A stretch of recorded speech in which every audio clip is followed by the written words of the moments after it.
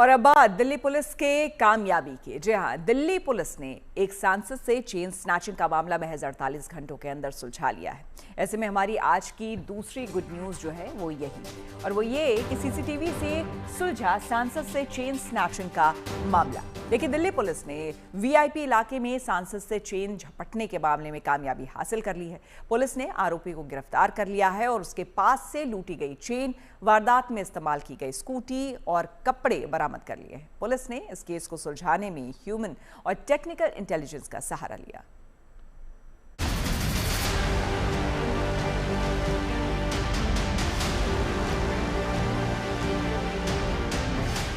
Chain snatching के एक high profile मामले को सुलझाने में दिल्ली पुलिस को कामयाबी मिली। सोमवार को सुबह एक महिला सांसद के साथ हुई चेन स्नैचिंग की वारदात को ह्यूमन और टेक्निकल इंटेलिजेंस के जरिए महज 48 घंटों के अंदर सुलझा लिया गया। सोमवार सुबह चाणक्यपुरी में तमिलनाडु के मयिलादुथुरई लोकसभा क्षेत्र की सांसद आर सुधा टहल रही थीं। इसी समय एक स्कूटी सवार अपराधी ने उनकी सोने की चेन झपट ली थी। वीआईपी इलाके में इस वारदात के बाद दिल्ली पुलिस तत्काल एक्शन में आई और मामला दर्ज कर अपराधी को दबोचने के लिए ह्यूमन और टेक्निकल इंटेलिजेंस का रुख किया। टेक्निकल सर्विलेंस और लोकल इंटेलिजेंस की मदद से स्नैचर को आइडेंटिफाई किया और आज सुबह अर्ली मॉर्निंग हमने उस स्नैचर को रंगे हाथों पकड़ा और उसके इंस्टांस पर हमको जो स्नैच चेन थी वो रिकवर हो गई है। साथ ही साथ वो स्कूटी जिस पर ये स्नैचिंग की गई थी वो स्कूटी भी रिकवर हो गई है।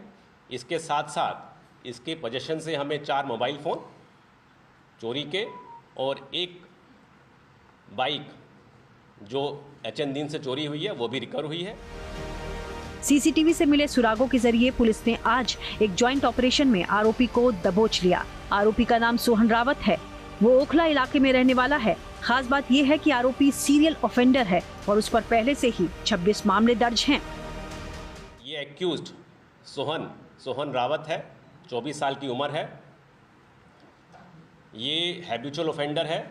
इस पर 26 मुकदमे दर्ज हैं और लास्ट ये अप्रैल 2025 में अंबेडकर नगर थाने में व्हीकल चोरी के मुकदमे में बंद हुआ था और अभी फिलहाल 27 जून को ही ये बेल पे बाहर आया। पुलिस ने आरोपी के पास से सांसद से छीनी गई चेन बरामद कर ली है। इसके साथ ही पुलिस ने वारदात में इस्तेमाल की गई स्कूटी और वारदात के वक्त आरोपी ने जो कपड़े पहने थे उसे भी बरामद कर लिया है।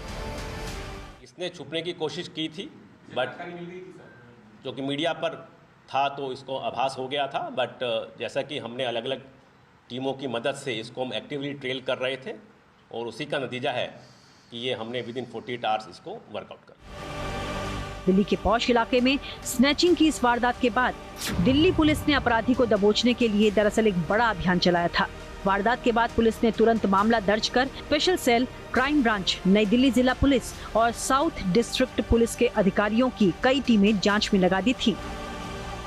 कितना सर्च अभियान चलाया? ह्यूमन और टेक्निकल इंटेलिजेंस के थ्रू 3 जिलों की टीमें लगी हुई थी, उन्होंने इसको वर्कआउट किया। किस तरीके से ट्रैक किया सर, कहां से पकड़ा? सीसीटीवी और सेफ सिटी प्रोजेक्ट में जो कैमरास लगे उनका भी यूज हुआ है। तो कह सकते हैं कि मतलब पुलिस ने 500 से ज्यादा क्या सीसीटीवी कैमरे पुलिस काफी कैमरे और कितनी टीमें लगी थी? 3 जिलों की डिफरेंट टीम्स लगी थी। 3 जिलों की डिफरेंट टीम लगी थी। और कितना टाइम लगा सर आरोपी तक पहुंचने में और कैसे उस पकड़े? लेस देन 2 दिन में पकड़ लिया था हमने।